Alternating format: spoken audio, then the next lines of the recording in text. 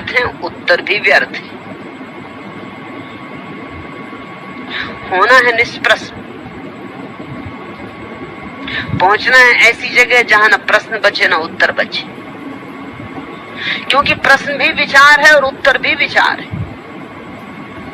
होना है शून्य, होना है निशब्द, वहां ना कोई प्रश्न उठेगा ना कोई विचार उठेगा, न कोई उत्तर पे पकड़ रह जाएगी। ऐसी दशा में ही साक्षात्कार होता है। इसलिए समाधि न तो हिंदू होती, न मुसलमान होती, न ईसाई होती। विचार हिंदू होते हैं, ईसाई होते हैं, मुसलमान होते हैं, हजार ढंग के होते हैं, विचार सब ढंग ढंग के होते हैं। समाधि का तो एक ही रंग होता है, शून्यता। हिंदू भी चुप हो जाएगा तो वहीं पहुंच जाएगा जहां मुसलमान चुप होकर पहुंचेगा, स्त्री चुप होगी तो वहीं पहुंच जाएगी जहां पुरुष चुप होकर पहुंचेगा। लेकिन अगर बोलेंगे तो भेद पड़ जाएंगे, तो भिन्नता आ जाएगी। अच्छा ही होता है कि तुम्हें दिखाई पड़ जाता है कि सारे प्रश्न व्यर्थ हैं, फिर भी उठते हैं। प्रश्न ऐसे ही मन में लगते हैं जैसे पत्ते वृक्षों में लगते हैं। मन का स्वभाव है प्रश्न करना। मन प्रश्नों के सहारे जिंदा रहता है। मन को उत्तर में उत्सुकता नहीं है, ख्याल रखना, ध्यान रखना। मन को उत्तर से कुछ लेना ही नहीं। मन तो उत्तर से भी नए 10 प्रश्न खड़े करने को उत्सुक है, इसलिए उत्तर भी मांगता है। एक प्रश्न पूछता है, उत्तर मिले, उत्तर में से 10 नए प्रश्न खड़े कर देता है। पूछेगा परमात्मा ने बनाया जगत को, सच में परमात्मा ने जगत को बनाया? और ऐसा लगता है कि बड़ी श्रद्धा से, बड़ी निष्ठा से पूछ रहा है। कहो कि हाँ परमात्मा ने जगत को बनाया, और 10 प्रश्न खड़े हो जाते। क्यों बनाया? फिर ऐसा ही क्यों बनाया? फिर इतना दुख क्यों बनाया? ये कैसा अन्याय हो रहा है? फिर कोई गरीब और अमीर क्यों बनाया? फिर कोई सुखी और दुखी, और कोई सोने की चम्मच मुंह में लेके पैदा हो रहा है, और कोई दाने दाने को मुहताज। फिर ऐसा क्यों किया? फिर पाप क्यों बनाया जगत में? फिर आदमी को ऐसा क्यों बनाया कि वो पाप कर सके? फिर उसे पुण्य ही करने की क्षमता क्यों न दी? अब उठना शुरू हुआ, अब कोई अंत नहीं होगा। इसलिए बुद्ध जैसे ज्ञानी ने पहले ही प्रश्न पर रोक देना चाहा। पूछो बुद्ध से ईश्वर है? बुद्ध कहते हैं ये प्रश्न किसी काम का नहीं। इससे न निर्वाण होगा, न समाधि लगेगी, न शांति मिलेगी। इससे तुम्हारे चित्त की चिकित्सा नहीं हो सकती। इसे हटाओ, ये किसी काम का नहीं। बुद्ध जानते कि इसका उत्तर दिया कि तुम 10 प्रश्न ले आओगे। प्रश्नों की संतति बढ़ती ही चली जाती। प्रश्न मन उठाता क्यों है? ये असली प्रश्न से बचने की तरकीब है। असली प्रश्न तो एक है, मैं कौन? मगर वो मन नहीं उठाता। वो कहता है संसार क्या है, संसार में दुख क्यों है, संसार को किसने बनाया, क्यों बनाया, अंत क्या है, लक्ष्य क्या है। 1000 प्रश्न उठाता है, एक प्रश्न नहीं उठाता कि मैं कौन। महर्षि रमन के पास जब भी कोई जाता था, कोई भी प्रश्न लेके जाए, वो कहते छोड़ो, ये असली प्रश्न पूछो। लोगों की समझ में ही ना आता कि असली प्रश्न क्या है, तो लोग पूछते आप ही बता दें असली प्रश्न क्या। तो वो तो एक ही प्रश्न था असली, मैं कौन। तो लोग कहते चलो यही पूछते हैं कि मैं कौन हूं। तो वो कहते मुझसे मत पूछो, असली प्रश्न दूसरे से नहीं पूछा जा सकता। आंखें बंद करो, दोहराओ भीतर कि मैं कौन। झूठे प्रश्न दूसरे से पूछे जा सकते, झूठे ही हैं, किसी से भी पूछ लिए। असली प्रश्न तो अपने से ही पूछा जा सकता है, अपने ही अंतरतम गुंजाना होता है, अपने ही भीतर और भीतर और भीतर खोदते जाना होता है। एक सवाल है कि क्या ख्याल है सच और क्या झूठ है वास्तव। एक और सवाल है कि क्या बवाल है बर्दाश्त करना और क्या चोट पहुंचाना, खत्म करना है बवालों को। एक और सवाल है कि पहले और दूसरे सवालों में से कौन सा है पहला। क्या ये दोनों ही सवाल न पहले हैं न दूसरे। ये सवाल ही नहीं, हमारी कमजोरी, हमारी बेईमानी, हमारी चोरी। किस बात की चोरी? हम असली सवाल को छिपा रहे हैं धुआं उठा के। हजार सवालों का जाल खड़ा करके हम असली सवाल को भुला रहे हैं। हम अपने को उलझा रखना चाहते हैं ताकि असली सवाल न पूछना पड़े। असली सवाल पीड़ादायी है, भाले की तरह चुभेगा छाती में जब पूछोगे मैं कौन। क्योंकि तुमने तो मान ही लिया है कि तुम्हें पता है। हर एक मान के बैठा है कि मुझे पता है कि मैं कौन हूं। ये भी कोई पूछने की बात है? तुम तो जानते ही हो तुम्हारा नाम, पता, ठिकाना। और क्या चाहिए? तुम्हें पता है तुम गोरे हो कि काले हो, हिंदू हो कि मुसलमान हो, हिंदुस्तानी कि पाकिस्तानी। तुम्हें सब पता है, तुम्हारे पिता का नाम, पिता के पिता का नाम, तुम्हारा घर, सब तुम्हें पता है। तुम्हारा धंधा, तुम्हारी शिक्षा, दीक्षा, सब तुम्हें पता। और क्या चाहिए? और इसमें सब कुछ भी तुम नहीं हो।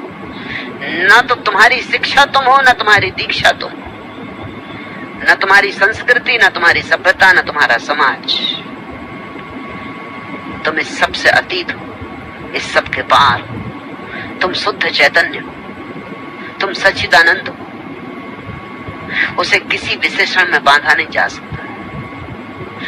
तुम तो दर्पण हो। इस दर्पण में जो प्रतिबिंब बनते हैं वे प्रतिबिंब तुम नहीं हो। और जितनी चीजों को तुमने समझ रखा है कि यह मैं हूं, ये सब प्रतिबिंब है। अभी दर्पण की तुम्हें पहचान ही नहीं आई। जब तुम दर्पण को जानोगे, पहचानोगे, चकित हो जाओगे, विमुक्त हो जाओगे। ऐसे रस में डूबोगे कि फिर कभी उसके बाहर ना आ सकोगे। प्रश्न तो सब व्यर्थ है, सिर्फ एक प्रश्न को छोड़कर। और उत्तर भी सभी व्यर्थ हैं, सिर्फ एक उत्तर को छोड़कर। लेकिन वह प्रश्न और वह उत्तर तुम्हारे भीतर घटना है। बाहर से कोई उत्तर नहीं मिल सकता। मैं कह रहा हूं कि सच्चिदानंद हो तुम, लेकिन इससे क्या होगा? तुमने सुन भी लिया, हुआ क्या? परसों रात फ्रांस से आई एक महिला को मैं कुछ कह रहा था। दुखी थी, उदास थी। कह रही थी कि कभी कभी सुख भी होता है, लेकिन अधिकतर तो मैं उदास ही रहती हूँ। कभी कभी ठीक लगता है, बस कभी कभी, ज्यादातर तो सब ऐसा व्यर्थ लगता है। मैं क्या करूं? तो उससे मैंने कहा कि मैं तुझे एक सूफी कहानी कहता हूं। मैंने कहानी शुरू की थी, 2 ही पंक्तियां कही थी। उसने कहा कि ये कहानी मुझे मालूम। मैंने कहा अगर ये कहानी तुझे मालूम, सच में तुझे मालूम, तो फिर उदास क्यों है? वो थोड़ी चौंकी, क्योंकि कहानी मालूम होने से उदास होने का क्या संबंध हो सकता है। तो फिर मैंने कहा तू फिर से सुन, तुझे कहानी मालूम नहीं। तूने सुनी होगी, पढ़ी होगी, लेकिन कहानी को जीना पड़ेगा। पढ़ने और सुनने से क्या होगा? कहानी तो छोटी सी है, विख्यात है, तुम में से भी बहुतों को पता होगी। लेकिन फिर भी मैं कहता हूं पता तभी होगी जब तुम जियोगे। कहानी में उससे कह रहा था कि एक सम्राट ने अपने स्वर्णकार को बुलाया, सुनार को बुलाया और कहा मेरे लिए एक सोने का छल्ला बना और उसमें एक ऐसी पंक्ति लिख दे जो मुझे हर घड़ी में काम आए, दुख हो तो काम आए, सुख हो तो काम आए। सुनार ने छल्ला तो बनाया, सुंदर छल्ला बनाया, हीरा जड़ा, लेकिन बड़ी मुश्किल में पड़ा था कि ऐसा वचन कैसे लिखूं उसमें जो हर वक्त काम आए।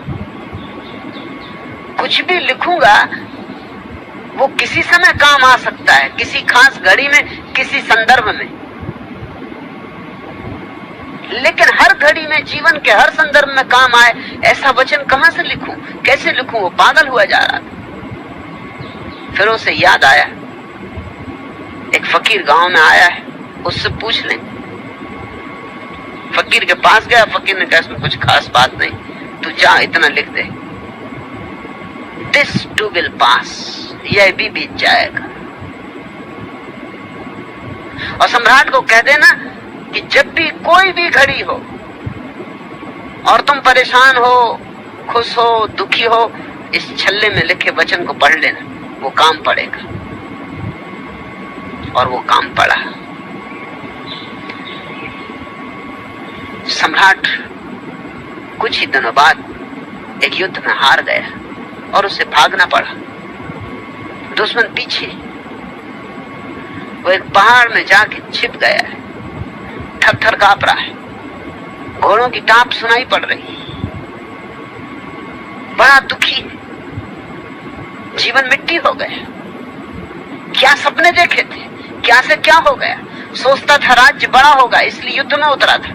राज्य अपना था वो भी गया, जो हाथ का था वो भी गया, उसको पाने में जो हाथ में नहीं था। बड़ा उदास था, बड़ा चिंतित था, कैसी भूल कर ली। तभी उसे याद आई छल्ले की, वचन पढ़ा। वचन था कि यह भी बीत जाए। मन एकदम हल्का हो गया, जैसे बंद कमरे के किवाड़ किसी ने खोल दी। सूरज की रोशनी भीतर आ गई, ताजी हवा का झोंका भीतर आ गया। मंत्र की तरह जैसे अमृत बरसा, यह भी बीत जाए। वो शांत होकर बैठ गया। वो भूल ही गया थोड़ी देर में कि घोड़ों की टाप कब सुनाई पड़नी बंद हो गई, दुश्मन कब दूर निकल गए।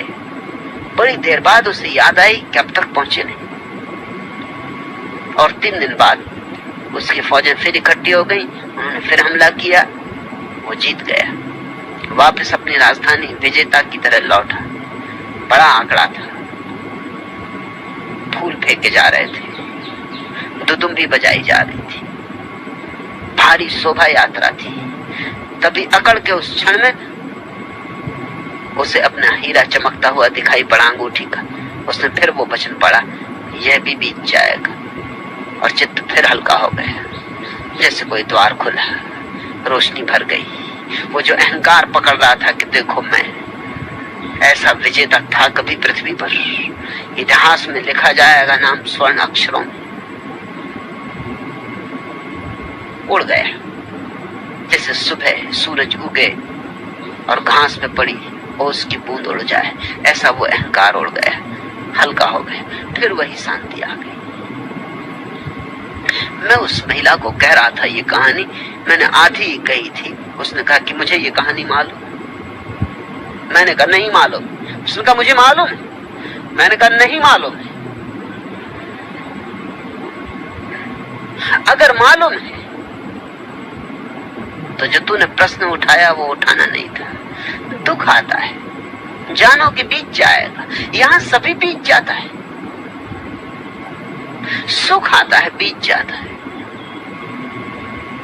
न दुख में टूटो, न सुख में अकड़ो, न दुख में उदास हो जाओ, न सुख में फूल जाओ, कुप्पा हो।